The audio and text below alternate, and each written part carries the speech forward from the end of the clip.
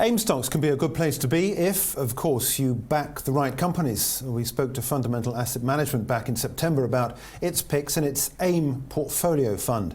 One of the stocks was up 124% at that point, year to date, and one down 35%. Chris Boxall joins us now from Fundamental Asset Management with a roundup of the year overall in 2016. Chris, welcome. Thank you, thank you. Just first of all, before we get into the graphic, how would you assess 2016 from an AIM investor point of view? It's been a pretty good year overall. We had the Brexit distractions, then we had everybody was worried about currency, but generally it's been a pretty good year, and we're really encouraged by the strength of AIM. I mean, it's looking at a fabulous little market now. Declining numbers of companies, but some really strong businesses displaying tremendous growth. Let's have a look at the companies that you've got in your portfolio.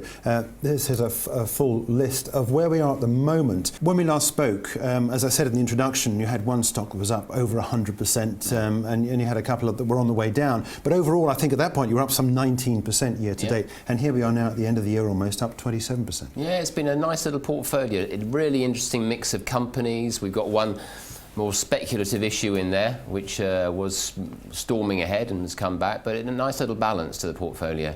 Let's quickly run down some of the big ones there. Atlantis Resources I want to talk about. This was, those that remember the interview, and a lot of people saw the interview back in September, 124% up. It has pulled back a bit, but nonetheless still it's a fantastic return. Yeah, the irony with Atlantis Resources is it's delivered partially on its promise to get one of its tidal turbines generating electricity in November. And ever since that date, which was a pretty monumental event, coincided with this largest moon as that date, the shares have fallen back, which is somewhat strange in my opinion.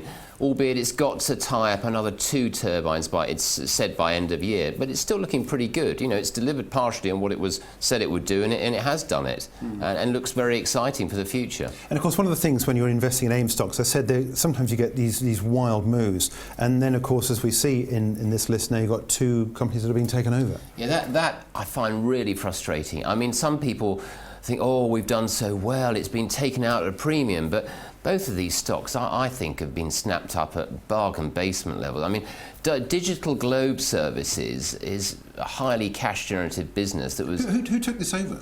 It's the largest shareholder shareholder with the support of the CEO, who also had a big stake. It's a US-based business, largely addressing US utilities.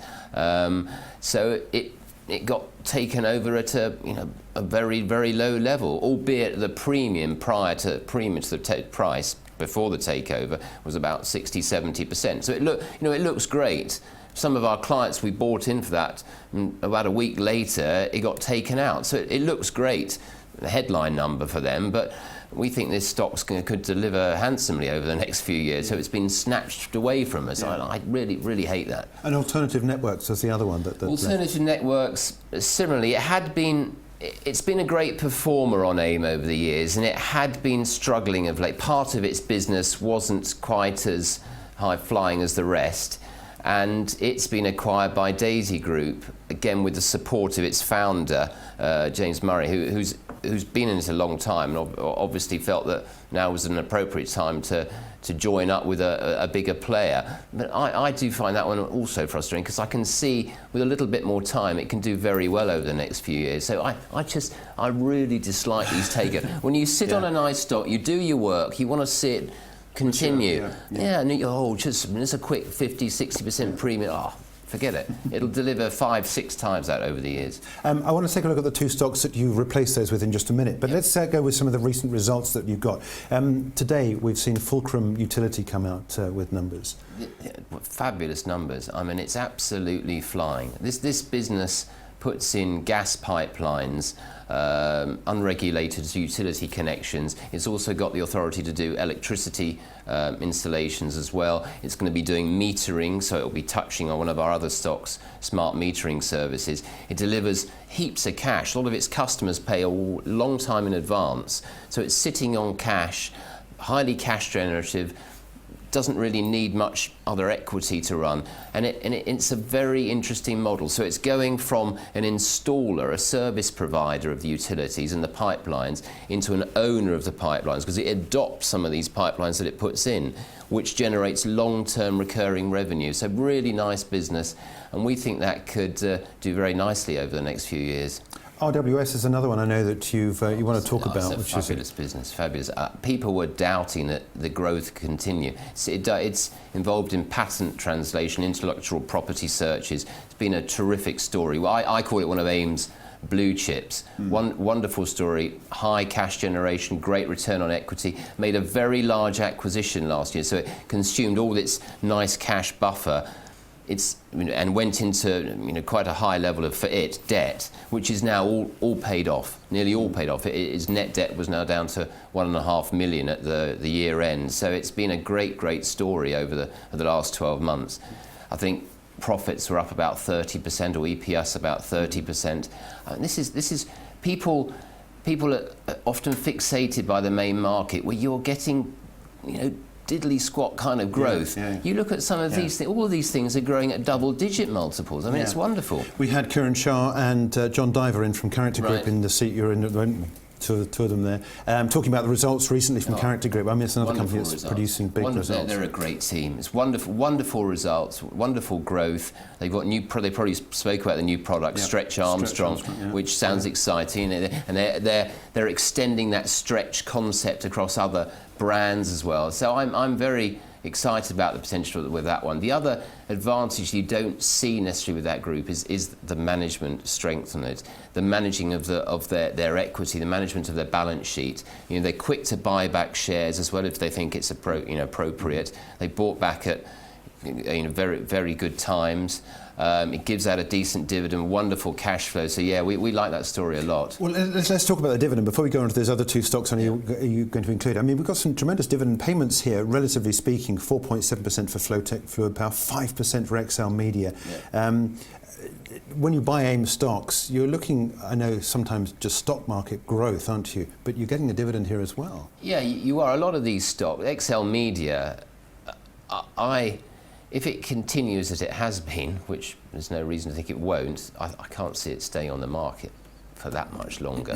Actually, there was talk a few months ago about a strategic review and potentially a takeover or some delisting. I mean, look at the cash it produces, and it pays a lot out as a dividend, and it's in great shape. So yeah, it's a nice yield stock. It's not everybody's cup of tea, the sector it's in. Marketing to the online gaming industry isn't necessary, but I like it. What it does very, very well.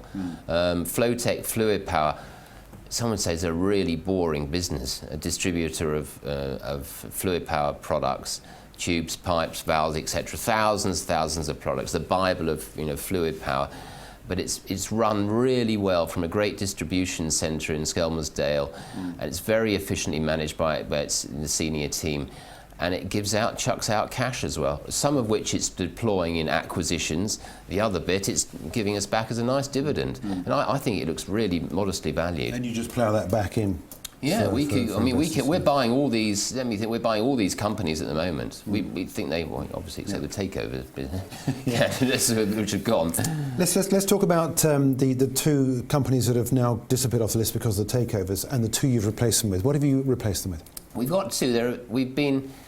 We've been looking at one of them, Patisserie Holdings. Ticker is Cake, great ticker, totally appropriate. Patisserie Holdings, its biggest brand is the Patisserie Valerie cafe, cake shop, etc., which you find in London, all over the country. It's growing like mad. Last week, I think, it came out with really excellent results. Terrific cash flow, which is ploughing back into opening new shops across its other brands as well, Drucker's, Philpotts.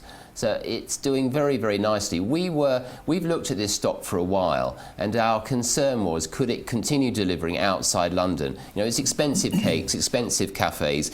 Is this repeatable on a nationwide, rather than just in the hotspots of London or the key tourist destinations? And we were very impressed with the results. It seems to be working. Payback on it's an outlet is 23 months, which is fabulous, and free cash flow is, you know, phenomenal. Obviously, it's ploughing a lot back into new cafeterias. Online sales are growing really fast as well. Therefore, it just seems to be ticking more boxes for us, in that the shares have come off a lot, and we think now is a good time to be buying into that stock. Yeah. It's got Luke Johnson as executive chairman, and he knows what he's doing in this space. Yeah. So we think it's an interesting time. Maybe they can keep repeating, build these other brands out as well. So I quite like it. Nice products as well. And your second stock is Watkin Jones. Watkin Jones, they're a builder of largely student accommodation. The business been around for a long time. I think late 1700s or something like that. The Jones family, and it listed in March 2016 at about £1. I think it was £1. It's about 118. So it hasn't attracted that much attention, but has delivered nicely. It hasn't put a foot wrong, but hasn't received a premium rating. Ironically, it's a similar market cap, similar to Patisserie, to cake. Whereas cake trades at sort of 18 times forward earnings estimates, great cash flow. Watkin Jones is now at single digit. Cash flow is good. It's got about 30 million net cash. Yields about 4% and a bit. And student accommodation market's fabulous. It's there's so much activity in it. The other thing, it's developing its own long-term revenue stream. So it's managing its properties. So it's constructing them. It forward sells them where possible, which is, it recently announced 2 forward sales. And then when they're constructed, it's managing them out as well. So it's got a growing portfolio. We think it's at a nice point, nice valuation, and are happy to keep buying at this price. How do you feel for 2017, just briefly? At the moment, quite confident. Hopefully not too confident. I hate being too confident. You get smacked in the face then. But I think AIM's looking really, really encouraging. Yeah. Okay. All right, Chris, thanks indeed for joining us. Chris Boxall from Fundamental Asset Management, talking through his picks in the AIM portfolio fund, which Fundamental runs, and Chris has his hands on, and introducing 2 new stocks to the fund that he manages.